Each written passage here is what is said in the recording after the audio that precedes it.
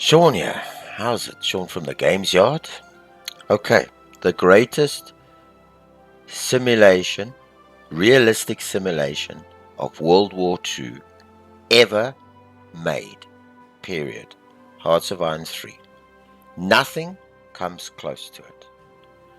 If anybody's familiar with the Hearts of Iron trilogy from Paradox, they made such fantastic games in that series. I had Hearts of Iron 2 and I played that thing to death. What a wonderful game that was.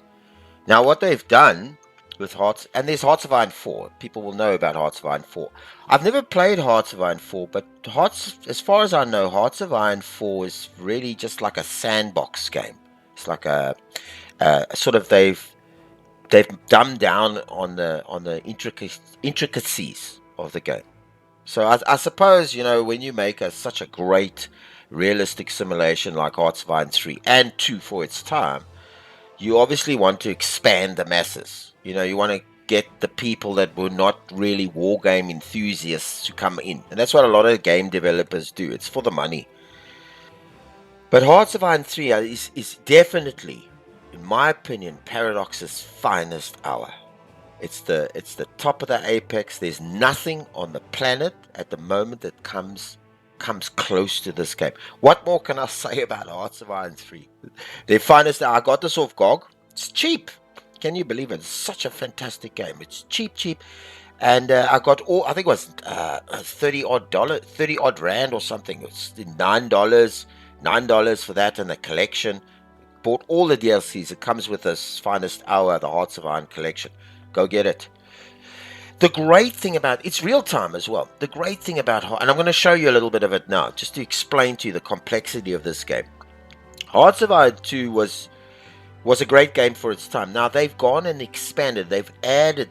They've got deeper into the simulation. Deeper. They've added things like, especially in the technology tree, practical theory and theory. Practical theory, and the other one is theory as well. And you'll have a look. Sorry, man, I've tried my best here. This is such an awesome game. Top of the apex, World War II. Top of the apex. The thing with this game as well, what they've done with Hearts of Iron 3 is they've made it. You can actually play it down at the level of the intricacies of the divisions and the brigades. You can get involved. You can, like a real war game Gonard, you can go in and it's got all the detail for you. But if you want to be like a high level commander, you can give everything to the AI, and you can sit and just monitor the high level decisions. This is a fantastic game. All right, the best ever made. It probably will be for a long time. Okay, so let's just get in. Let me explain to you. Let me just go through some of the concepts with you. All right, so with this game, you get the Road to War, which is right in the beginning. It starts in 1936. It's got the Gathering Storm, Blitzkrieg. These are just various times in the war that you can play from, like the Day of Infamy, 1941. Okay, the tide has turned. There was, where Germany was in Russia. I think that was by Kursk, and they lost there. And they say that's, and of course, 1944 when the Allies were going to arrive and the Russians were pressing. So you can play at various times. These are pre-made sort of like areas or timelines that you can play from. You can pick any country. Almost, you can pick to play as the Americans, USA, Canada. You can go down and pick Argentina. You can pick Brazil. Okay, you can pick South Africa. That's where I come from. I'm a South African, an English-speaking South African. You can play as New Zealand, Australia. What's my mouth? And you can play as Japan. I mean, what an honor to play Japan in the Second World War with this awesome simulation. Gosh. So, and then of course the big countries like Germany, Poland. I mean, who doesn't want to play Germany? Okay, and see if you can recreate the whole Second World War or change history in some way. Great Britain, Sweden, whatever you want. And the countries are each uniquely scripted. So when you play as that country, you get all their technology trees and all this, that sort of the tags that belong to that country. Amazing game they did with us. All right, so I'm just going to load up Germany just to give you an idea of what it looks like. And yo, okay, so here's the opening screen. I've loaded up Germany. All right. So when you load up a country, you've got basically the country as it was in 1936. Now it's real time. So if I press this, this thing advances real time, hour by hour. It's a real time strategy game in a World War II setting, but realistic. Okay. The game works on. Okay, let me just give you an idea. Okay, so you've got your diplomacy screen. This is where you handle all your diplomacy on this game. You've got all these countries you can buy and sell from. Okay, you can buy resources because your resources here, I'm going to get to the resources now. Okay, so you've got all these countries you can buy resources from. It gives you things you can do with all those countries. It gives you a little bit about their neutrality, what threat level they are, and you've got various decisions here that you can make that usually come at that. Watch, just check my mouse out. That usually come at a certain time, and if the circumstances are right, these decisions will be active. You can automate the trade, so you don't need to worry about who to buy from. You can automate the diplomacy screen. Okay, so you can let the AI just take care of your diplomacy. The production screen. This is where you make everything. All right, so you make your divisions from here.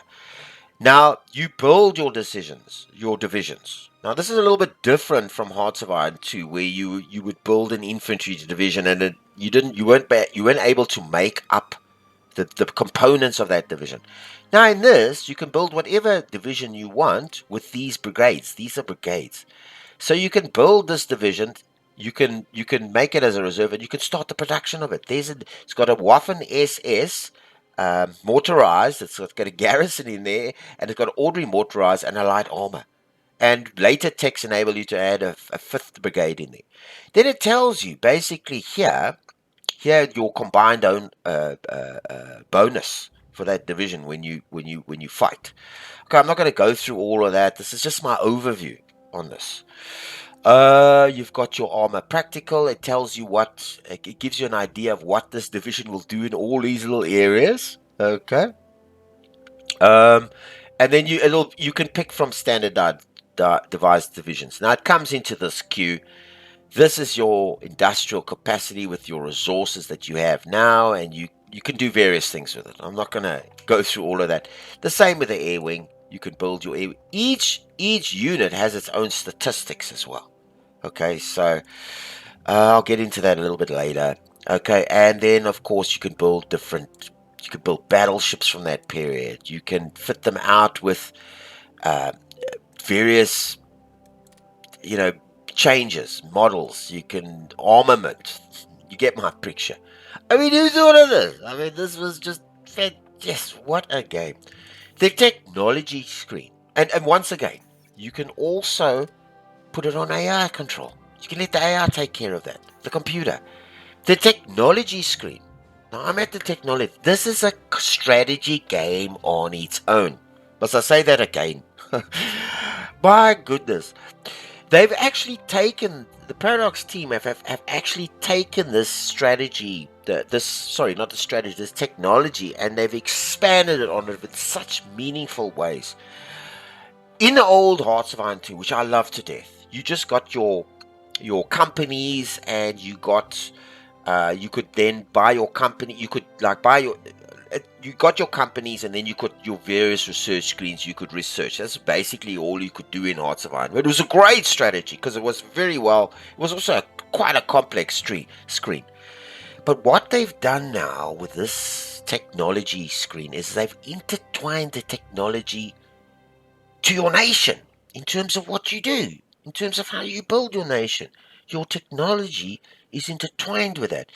For example, let me just give you an idea. Okay, let me just start over here. You got infantry, armor, technology, capital, bomber. These are all your technologies that are available to you as you build your armies, or as you progress in the game.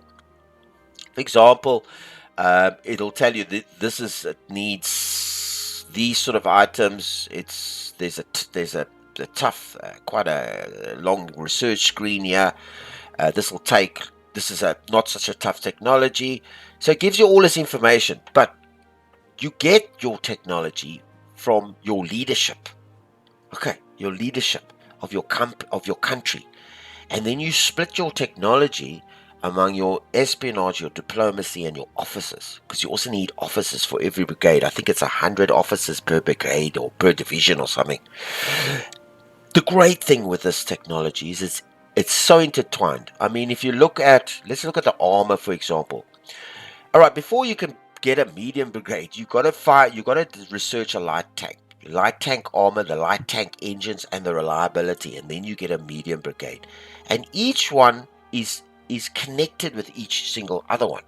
So, for example, in order to get self-propelled artillery, you first would need to have discovered a light tank engine.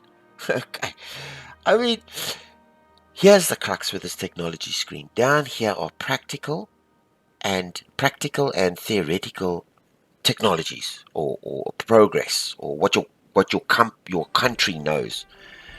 Now, as you build more of stuff that uses like that blue, if you see the green, watch my mouse, the green and this little guy there, I think it is, and then that artillery that's blue. These come from here. As you build more light artillery, for example, you increase in your practical theory of that stuff. And as you build it, it becomes, because you're increasing in your practical theory, you are able to build more of it at a much quicker speed. It improves your technology. This then helps your experience in your field, because your experience, your military experience, the fighting that you do that gets experience, is also built into your practical technology. And you build your practical technology through researching, and then first of all through building those items, researching the tank and building tank engines, which improves your practical technology, and then getting experience in the field. So you're able to specialize here. This is in depth, man, in depth. And the same with your theory fields as well, which is stuff you don't have practical. It's theory, it's on the board, it's not practical. How do you get theory? You research theory, and by researching theory, you build your theory in those areas, which makes further research possible and further research more easier to get. Now, let me just get to this whole thing here, just because this game is just masterpiece. So your theory, so I know I'm trying to do justice to this, but I can't explain it in the words that I'd like to explain. But are you getting my picture? This is a strategy. The technology screen is a strategy game on its own. Forget everything else.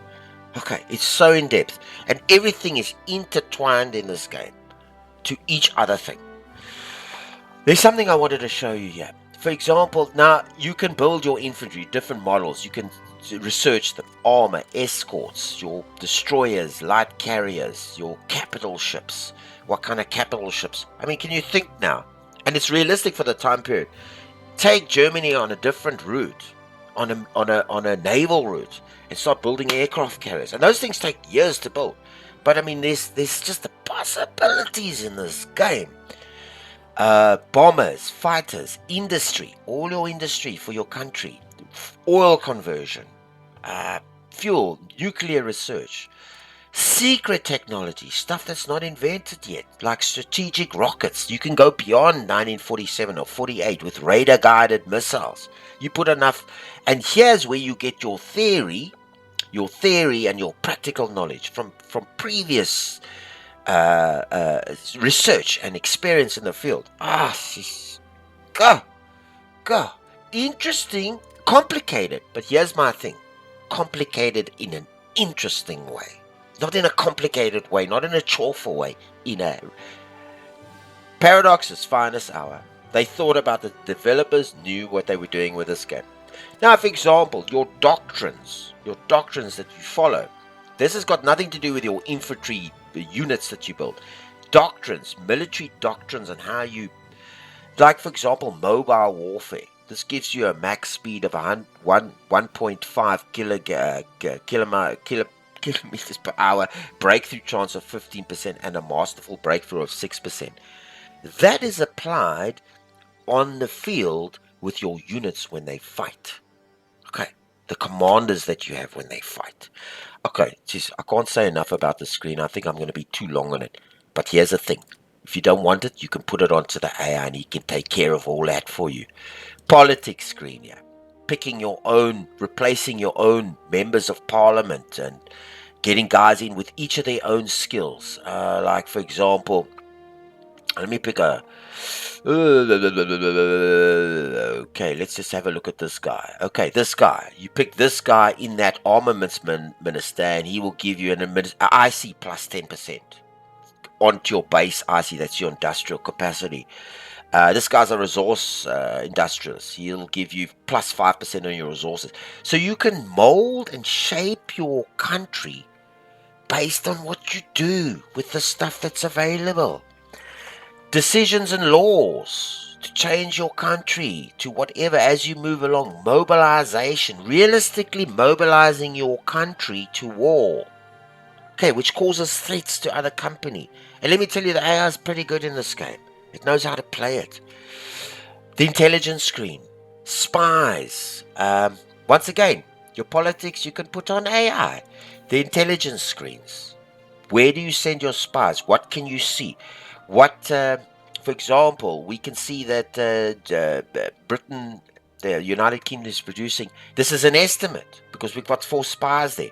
We can send them. We can send them on priority ratings of military espionage, covert operations. What kind of ministers he has? But remember, it's not. It's based on realistic spying and fog of war. Covert. Counter-espionage, because the AI is going to send you guys and they're going to disrupt your production and delay it. What we think they have over here. Once again, you can put it on AI. This is too complicated for you. Theaters of war. This is just your theaters. I'll get to that now. And then just your shortcut for your book. Okay, this is the economic. This is all the stats in the business where...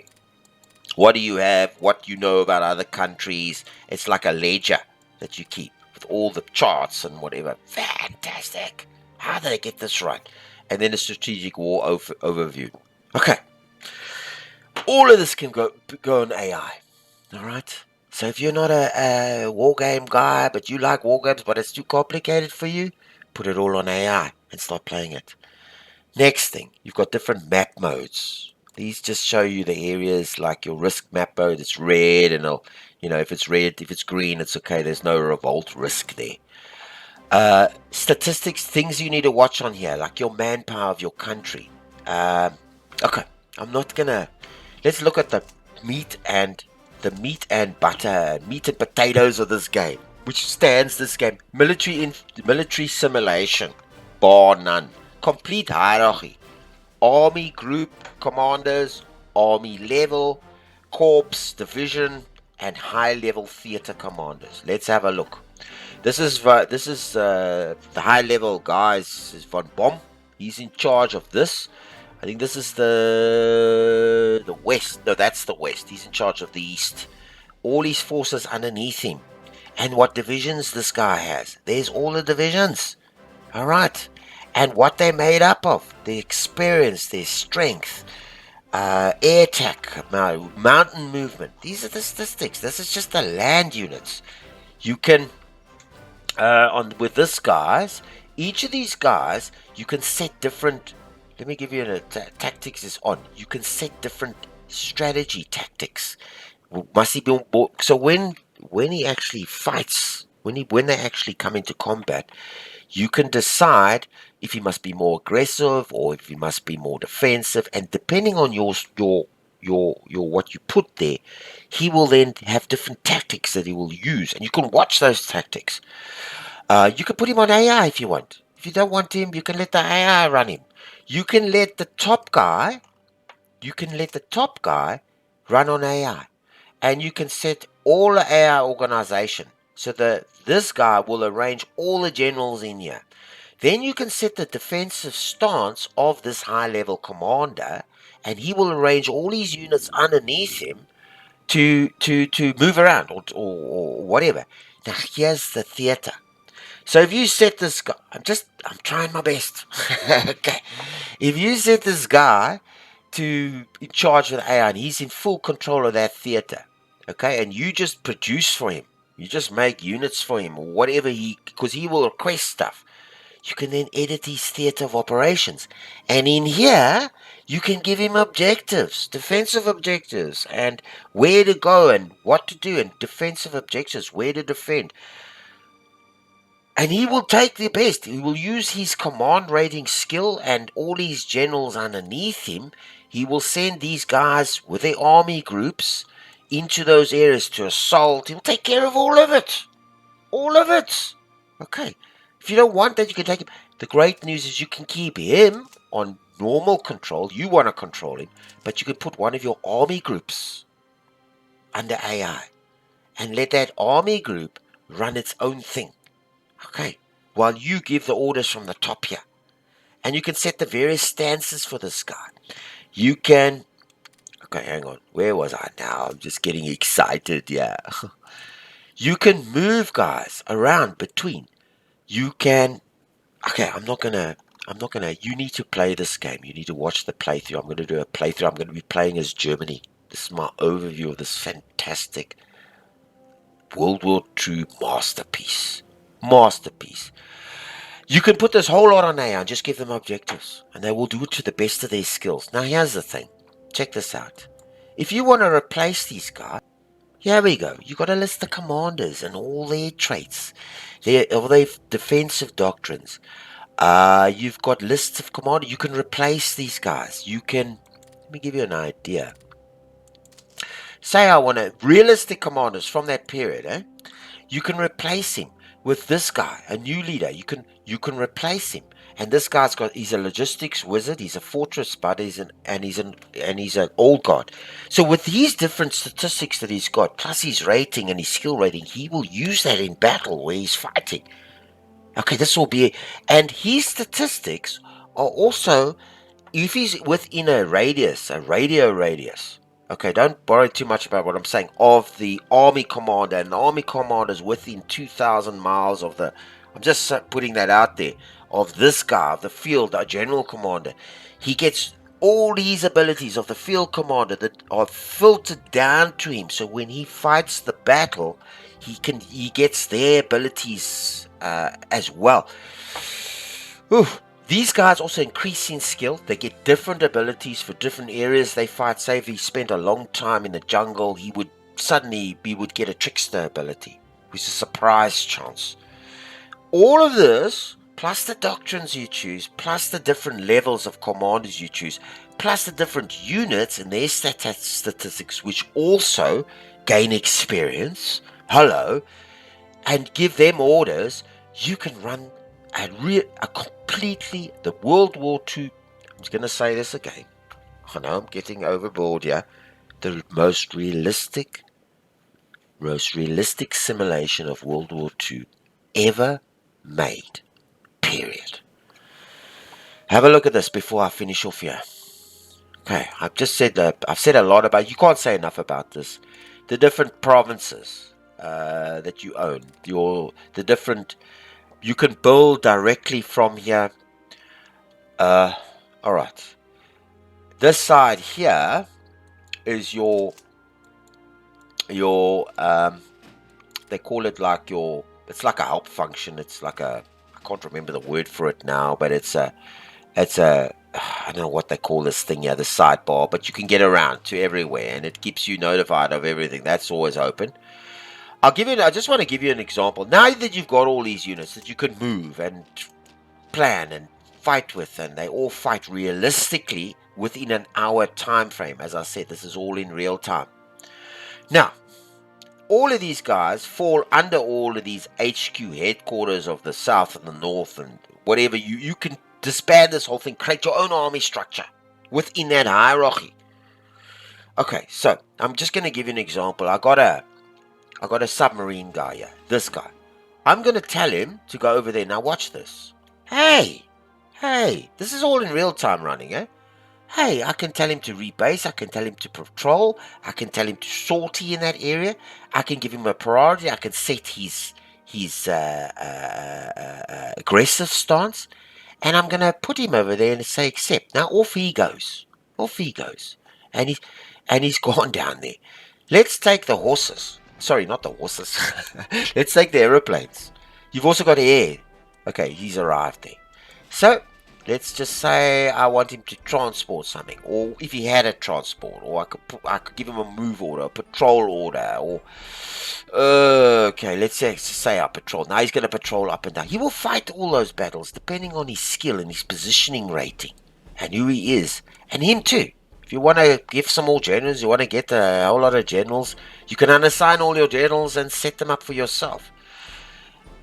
It is so in depth that even if these generals, and you got to watch the fact if you assign different generals to, because generals have a hierarchy, so when they get assigned up, they lose a skill point because it takes them time to get to their new jobs, and they got to rebuild it. Some generals, some admirals and generals aren't suited for high level command. It's all built in to the hidden stats of this thing, based on these guys that were originally owning this, that were actually there. Now he's patrolling there. Let's look at an aeroplane. Okay, same story. There you can pick your whatever general you want. You can look at your planes. Okay, you can upgrade them as well because they've got in the production screen. They've got an upgrade. So this is just the statistics of your plane. So when I get to the production screen, here's your reinforcements and your upgrades. So when you discover new technologies, these things, these aeroplanes and stuff, you can prioritize whether they upgrade. You can create a new corpse from there. You can detach it from this as a single guide. Gives you the statistics. That's of a division. Same as aeroplane. Very, very similar. All these little buttons. But here's the thing. Here's the thing that makes this game. Let's go over there. Hey. What's this? Okay. Air priorities. Strategic bombing. Areas of control. Targets to the nation. Now I can set different areas that I want him to take care of. I can set a cone for him. I can set an area or target. Let me just switch this off this thing here. The cone width. Okay, can make the cone width bigger or smaller. All this is detailed. I can do this with a squadron. How's this? I can also set the dates and the times when he must do it, and whether it's continuous or not. And it tells me the weather at this time, the estimated weather at that time, the activity, the active 2, the priority, the aggressive stance. I can set him active from this date at 11. Sorry, this is not just the date. At 11 to 11 the next day.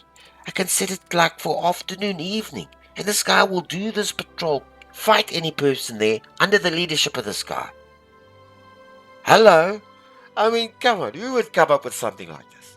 Hey? Okay, what else did I want to tell you about this? Same with these guys. Say if I move this guy to there, I can set...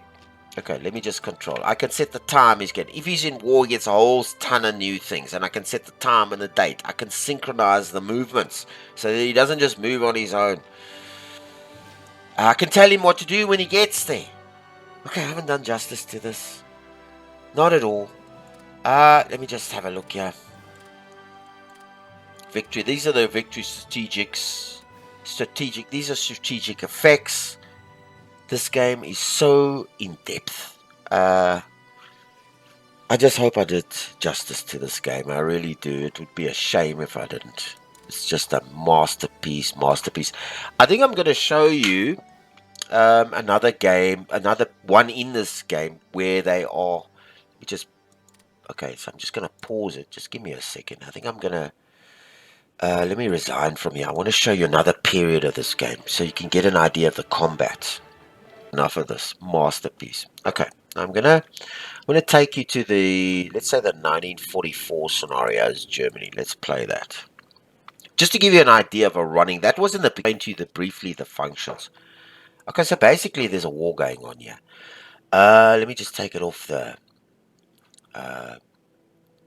Let's just put it up to. Okay, I want to find. Okay,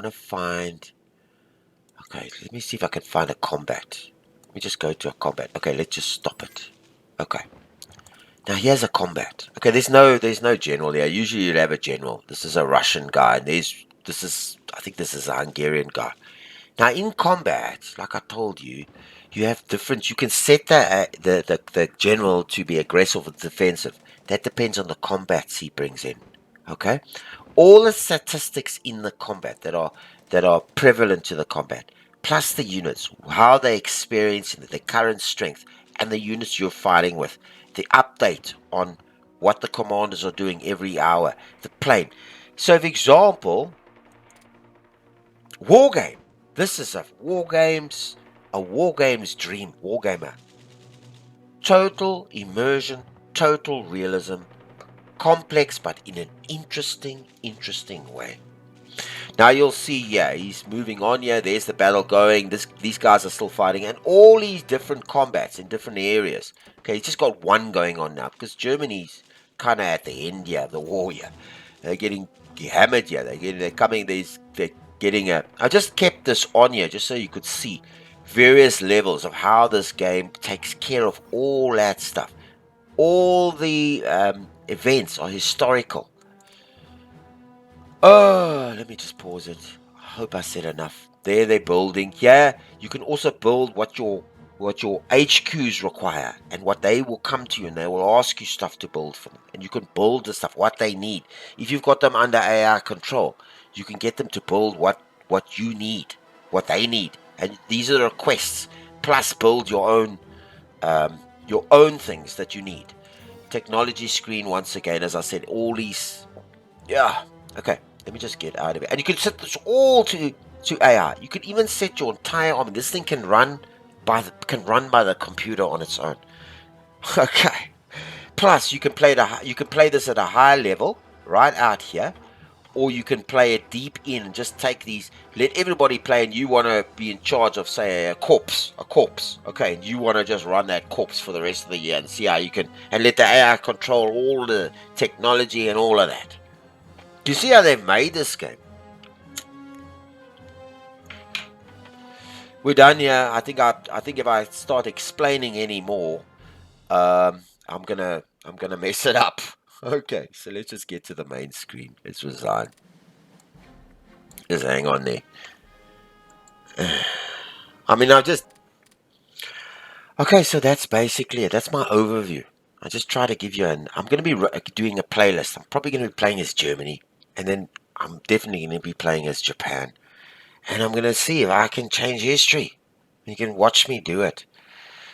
I'll just say this again. I tried my best. I hope you got the idea of this game. If you go buy it, it's about they're giving it away for nothing. Okay, that's like $9, and I think you get all the DLCs. Go buy it. You won't be disappointed. If you're a World War II fanatic, this is the game for you. Even if you're a light guy and you're not into the world wars and whatever, you can play this at a high level. So it can be as complex as you want it in an interesting way, or be as hands-off as you want it. All right. I hope I did justice to this game. I mean, geez. All right. Okay, cool. Sean here from the Games Yard. Please like this video, share it with everybody you know, subscribe to my channel, and leave comments and suggestions. I'm always looking to improve in any way I can. Good day on you.